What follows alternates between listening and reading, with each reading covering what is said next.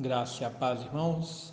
Eu convido você a abrir a sua Bíblia e a lermos a palavra de Deus em Provérbios, capítulo 1, versículo 23, que nos diz assim: Atentai para a minha repreensão.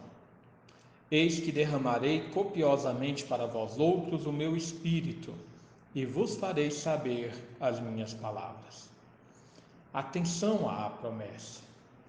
Bom, na última meditação nós falamos como a sabedoria de Deus continua gritando pelas ruas, chamando os homens à razão do Evangelho. Nessa continuação nós veremos como ela promete o derramar do seu Espírito. Desde o versículo anterior, a sabedoria ela chama a atenção daqueles que estão ignorantes à sua voz. Nessa continuação ela chama a repreensão para que deixem o caminho da iniquidade e se voltem ao conhecimento do caminho do Senhor. Ela usa aqui o verbo atentai, que no hebraico é shub, e um verbo muito comum no Antigo Testamento para o chamado ao arrependimento. É como se estivesse falando: se convertam da sua ignorância e voltem-se ao temor do Senhor. E assim se torna o chamado ao arrependimento mais comum que nós lemos por várias vezes no Antigo Testamento. Várias vezes os profetas chamaram os nécios ao arrependimento. Por exemplo, Ezequiel, capítulo 18, 30, nos fala: convertei-vos e desviai-vos de todas as vossas transgressões, e a iniquidade não vos servirá de tropeço. O profeta Oséias mostra qual a situação desses nécios que não atendem à voz da sabedoria de Deus. Ele diz no capítulo 14, versículo 1 e 2: Volta, ó Israel, para o Senhor teu Deus, porque pelos teus pecados estás caído. Tende convosco palavras de arrependimento e convertei-vos ao Senhor. Bom, nós podemos perceber dessa forma que a sabedoria de Deus, que Paulo nos revela ser o próprio Senhor Jesus, lá em 1 Coríntios 1,30, desde o início chama os homens ao arrependimento. Daí é muito interessante ver no início do ministério de Jesus ele fazer esse mesmo chamado. Em Mateus 4,17 nos fala que daí por diante passou Jesus a pregar e a dizer: arrependei-vos, porque está próximo o reino dos céus.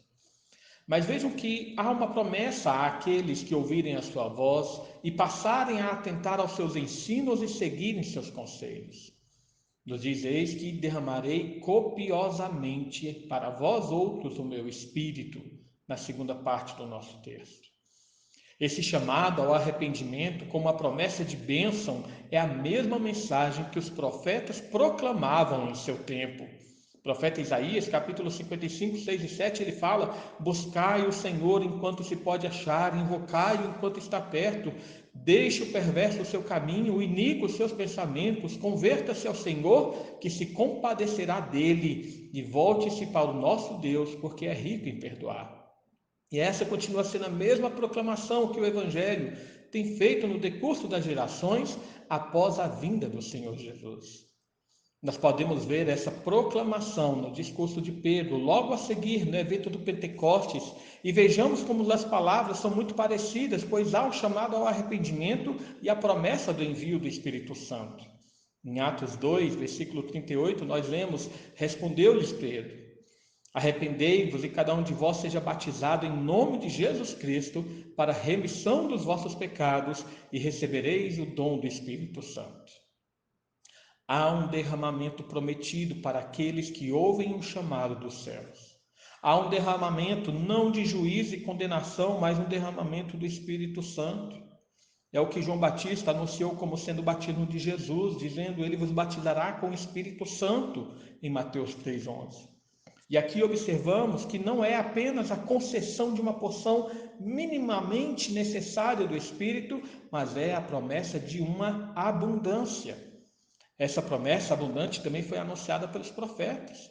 Quando Isaías, novamente em capítulo 44, fala: porque derramarei água sobre os sedentos e torrentes sobre a terra seca. Derramarei o meu espírito sobre a tua posteridade e a minha bênção sobre os teus descendentes. E se tornou então a promessa para nós, quando Paulo nos diz que nós devemos nos encher do Espírito Santo, em Efésios 5,18. Enfim, como diz o final do nosso versículo da meditação, na última linha ele diz: e vos farei saber as minhas palavras. Ou seja, somente após a conversão e a recepção da presença do Espírito da sabedoria, do Espírito Santo dado e concedido pelo Senhor Jesus, é que passamos a conhecer e compreender a palavra de Deus. É Ele, o Espírito Santo, que nos ensina tudo o que Cristo deixou. Jesus mesmo falou em João 14, 26.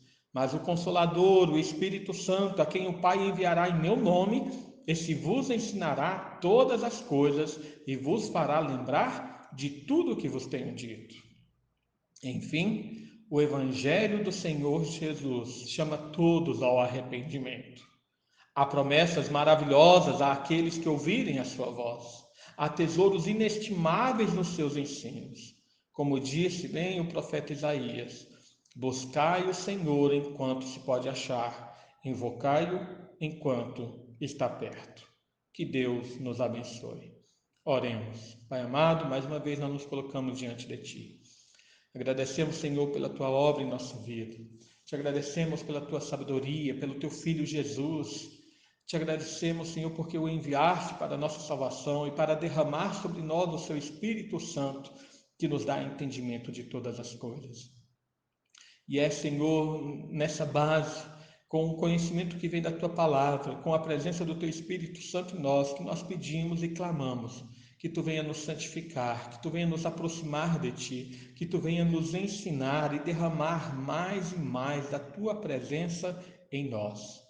Desejamos, ó Pai, saber mais das Tuas palavras, desejamos cada vez mais estar atentos à Tua voz, desejamos cada vez mais, Senhor, do Teu Espírito Santo sendo derramado em nós.